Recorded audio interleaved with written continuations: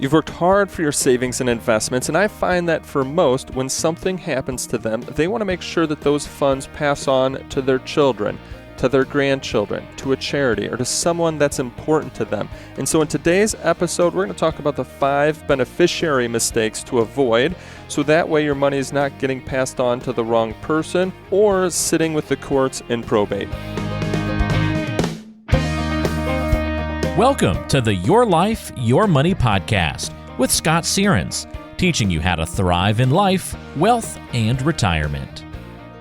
Welcome back to the Retirement Show, all about your life, your money, and your taxes. And for those of you just joining us for the first time, welcome. I'm your host, Scott Searins, and my goal is to help you thrive in life, wealth, and retirement. And today's show is all about your beneficiaries that you're listing on your investment accounts, on your life insurance, on your annuities. We're going to talk about the top 5 beneficiary mistakes that we don't want you to make so you don't accidentally spoil your retirement plan. Now, for those of you just joining us for the first time, I highly recommend that you join our Insiders List. What this is a weekly email that provides retirement tips, tax reduction strategies, and most importantly, what it means is it helps you keep more of your retirement savings with you versus giving it to the IRS in taxes. It means that it can help you retire with confidence. It means that you can be up to date on the latest and greatest tax law changes. For instance, our latest wealth report was how to utilize the Secure Act 2.0 to potentially improve your financial and retirement picture. Now, to sign up for the Insiders List, you go to lifemoneyshow.com. Again, that's lifemoneyshow.com. Scroll down and you'll see where you can just enter in your information to sign up for the Insiders List and get on our weekly email. Okay. With that, let's dive into today's topic. And today's topic is 5 beneficiary mistakes we don't want you to make because we don't want you to accidentally spoil your retirement plan. Now, you might have investment accounts. You might have life insurance. You might have annuities. Now, your life insurance is just for that, right? To provide a benefit to somebody else. Even more important to make sure that your beneficiary is listed correctly. But how about your investment accounts or maybe your annuities or your bank accounts? You know, first off, your retirement savings is for you. However, you also know that you can't take your retirement savings with you. And in working with a lot of different families and individuals, people just like you, I understand that you've worked hard for your retirement savings. You've worked hard for what's in your bank account. You've worked hard and saved up to pay those premiums for that life insurance. And for some of you, it's important that that goes to your children. For others, it's important that part of it might go to your grandchildren. Or for some, it's important that you give to a charity. So here's my question, or I guess here's something that I want you to be aware of. Some of the simplest mistakes can completely spoil an otherwise well-done retirement plan. And some of those simplest mistakes comes when it comes to naming your beneficiaries. All right, so let's go through, here we go, the 5 beneficiary mistakes that we don't want you to make when naming your beneficiaries on your retirement savings accounts, on your investment accounts, on your annuities, or on your bank accounts, or on your life insurance policy. Here we go. Number 1 is naming minors as beneficiaries. Now, it's very common that you want to name your children or your grandchildren to receive your account when you're to pass away.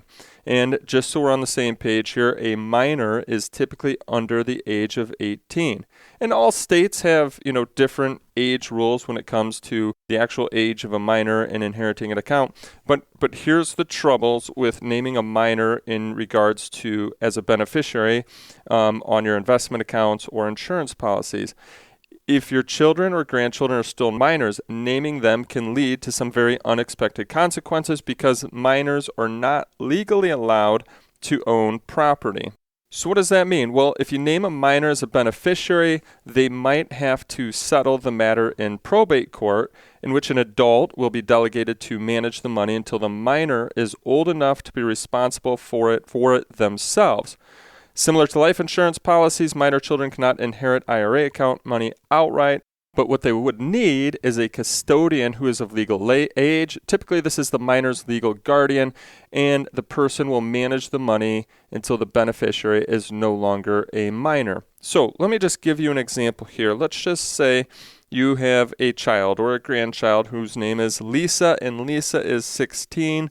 You list Lisa as a beneficiary on your investment account, and you were to pass away. Let's just say she was the primary beneficiary. Well, since she is 16, she's not legally old enough to own the property. Now, if she was listed, as I mentioned earlier, then the matter could go through probate court. However, if you named a custodian or a guardian over Lisa on that as a beneficiary, well, then you may not have probate court, and then Lisa would own that money, but again, it would be under the legal guardian. And just something to be aware of here, if you don't name a custodian, the court system will name one for you, and that person may or may not manage the account according to your wishes. So again, really important here, think about naming a custodian and a legal guardian if you are going to put a minor as a beneficiary on your account. Let me just talk about some options to avoid this. And, I've got a few good articles here that I'm going to share in the show notes. So if you go to lifemoneyshow.com, again, lifemoneyshow.com, click on the show notes. I'm going to link to a couple articles here that I'm pulling some data from, pulling some information from. One's from Trust and Will, and the other one from Yahoo Finance. The other thing to be aware of if naming a minor on your IRA account, again, needs a custodian, needs a guardian. But the other thing to be aware of is that 10-year rule comes into place once they become of legal age. This is due to the Secure Act, and we're not going to get into the details on that right now. I would just say, hey, check with your financial professional and your tax person in regards to what is best as in specifics for you and your IRA if you do have a minor that you want to list as a beneficiary. Now, here's some options to avoid naming a minor as a beneficiary. One is to create a trust. And that way, when you create a trust, you can leave the money directly to a minor, but with stipulations, as well as under a guardian's control. The other is to create what we call as an UGMA, or UTMA account, Uniform Gift to Minors Act type of account, or Uniform Transfers to Minors Act. I'm just going to read a little bit here. Again, this was from Wills and Trust. These accounts will allow you to leave inheritance, life insurance money, property, and more to minors. Each account allows you to leave specific assets, so it will be crucial to research each thoroughly and decide which is right for you. Under these acts, a trusted adult will be appointed to handle the assets left in the minor's name until they have reached the age in which the trust will be terminated. So there you go, a couple different options in regards to listing a minor as a beneficiary. We've got just a normal trust, but then you can also look into the UGMA or UTMA, UGMA or UTMA.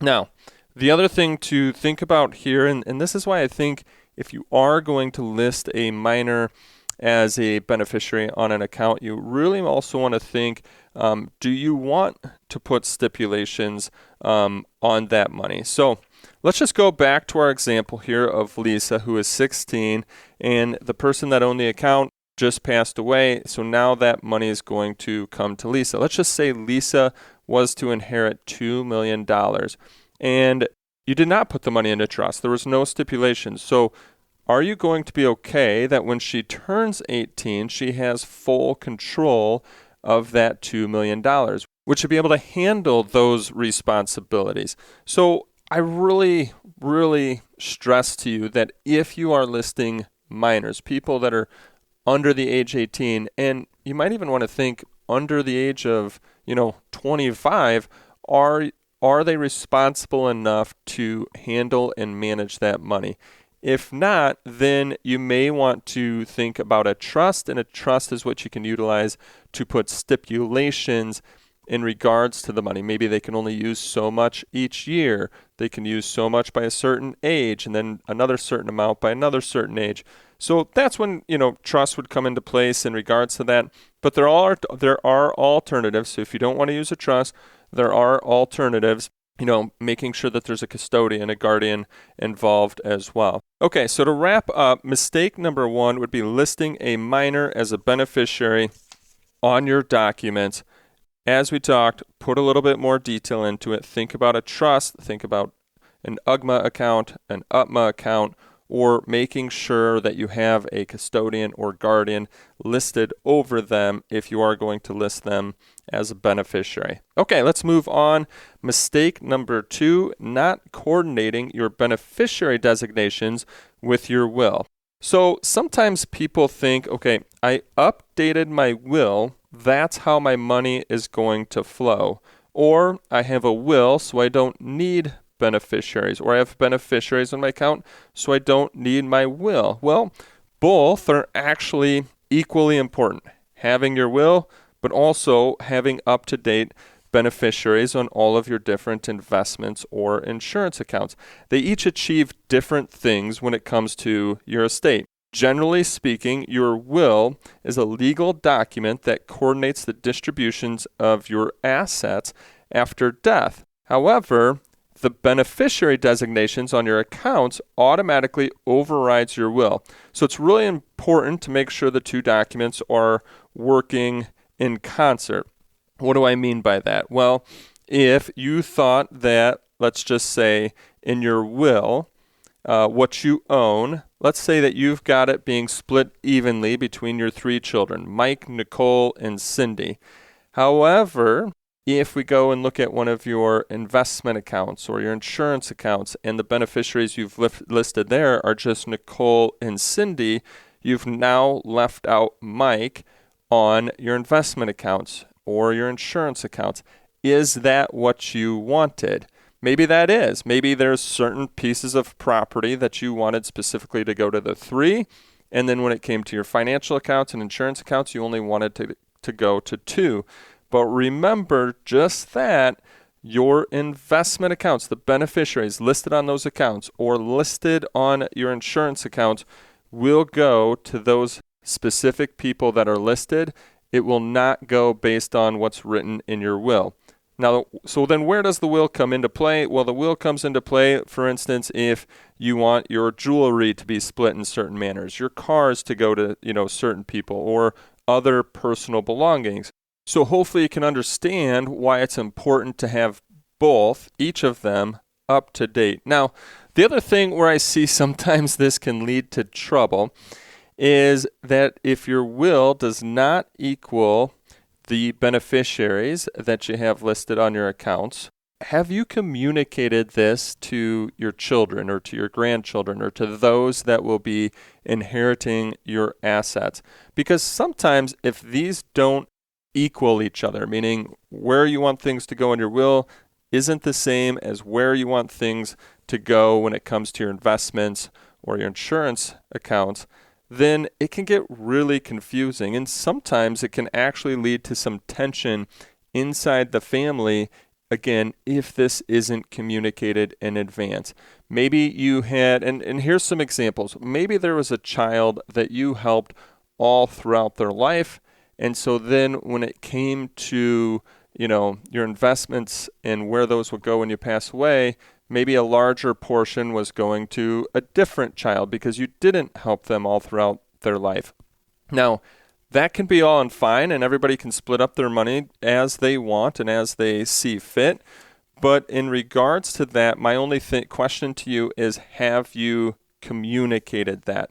Have you communicated the differences between what somebody might see in the will and then what somebody might see when it comes to how the investments will get split up? Okay, so there we go. Mistake number 2 is not coordinating your beneficiary designations with your will. Let's move on. Mistake number 3 when it comes to beneficiaries on your accounts is not naming alternative or successor beneficiaries. Now, what this would typically be called is your contingent beneficiaries. Hate to kind of, go over this, but this is kind of like those worst case scenarios. Let's just say we have a husband, a wife, and 1 child, and unfortunately, they were all to get in the same accident and pass away. Well, if the one child was the only beneficiary listed on their account, now the matters will go to probate court. However, if they named a contingent beneficiary, meaning a brother, a sister, a grandchild, whomever they might have listed, now the money would then flow to that next person, that contingent beneficiary. Sometimes this also happens when somebody, one of the primary beneficiaries, predeceases you. You haven't updated your documents. When you pass away, then what they'll do is they'll look at the primary beneficiary. Oh, that person had predeceased you.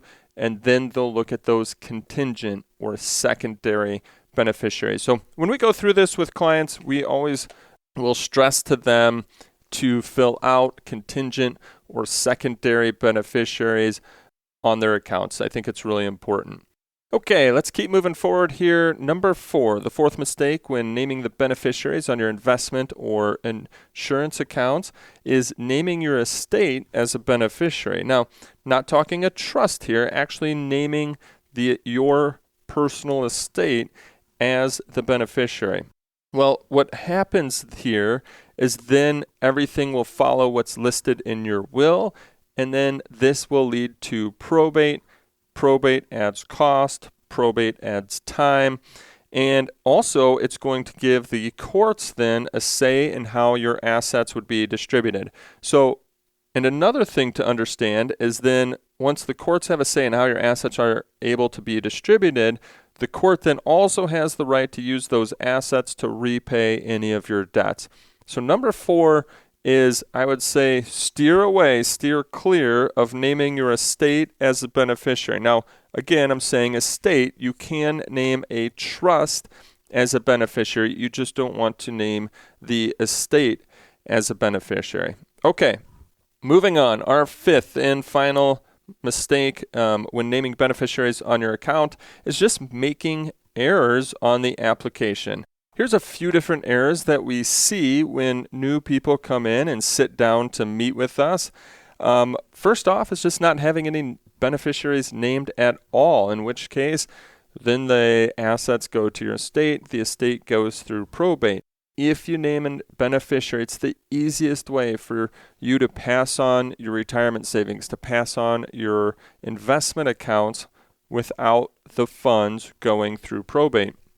A few other errors is that when you designate your beneficiaries, you just want to make sure that the names are spelled properly, that you have their birthdays listed. And if you're working with a common name like John Smith, then you might also want to make sure that their social security number goes on the paperwork as well. Otherwise, they could wind up calling the designations invalid.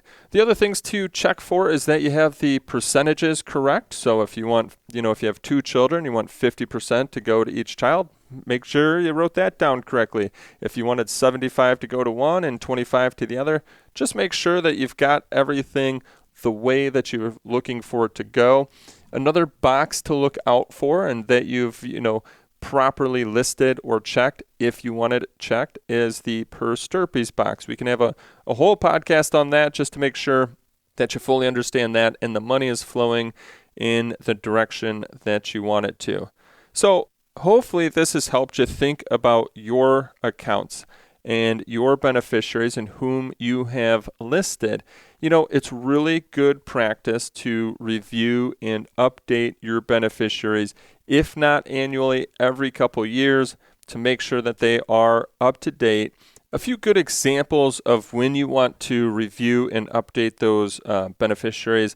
Maybe somebody that you had listed predeceased you. If so, were they, maybe had a family member or a child, unfortunately, or a grandchild or a sister or a brother, somebody that was close to you, predeceased you, did you have them listed as a beneficiary on your account? If so, you might want to update your beneficiaries. Did you get married? If so, might want to update your beneficiaries. Maybe you had a kid or your kids had kids. Then you might want to consider updating your beneficiaries when it comes to that per stirpes designation. Maybe you got a divorce or one of your kids got divorced or your spouse passed away. A lot of these are good examples of when you want to, review and update. And if these aren't happening, what we do is every couple years with our clients, we send out a beneficiary report just for them to review and make sure everything is up to date. A lot of times that will trigger some of these different examples, and we'll hear back from them that, hey, we need to make some changes in regards to the beneficiaries on our accounts. I hope you found this to be a value and benefit, and maybe it, kind of got your wheels turning in regards to who the beneficiaries are on your accounts, or when the last time is that you reviewed them, and to go out there, check them, and make sure that they are all okay. Again, if you are new to the show, hope you found it to be a value and benefit. If so, check out and join our insiders list. Again, you can go to lifemoneyshow.com. That's lifemoneyshow.com. You scroll down, you can fill in your information there to get our weekly email that's going to provide you retirement tips, tax reduction strategies, all to help you keep more of your retirement savings in your pocket versus paying it to the IRS in taxes, and to help you invest and retire with confidence. I look forward to our next conversation to help you enjoy life today and be financially confident about your retirement.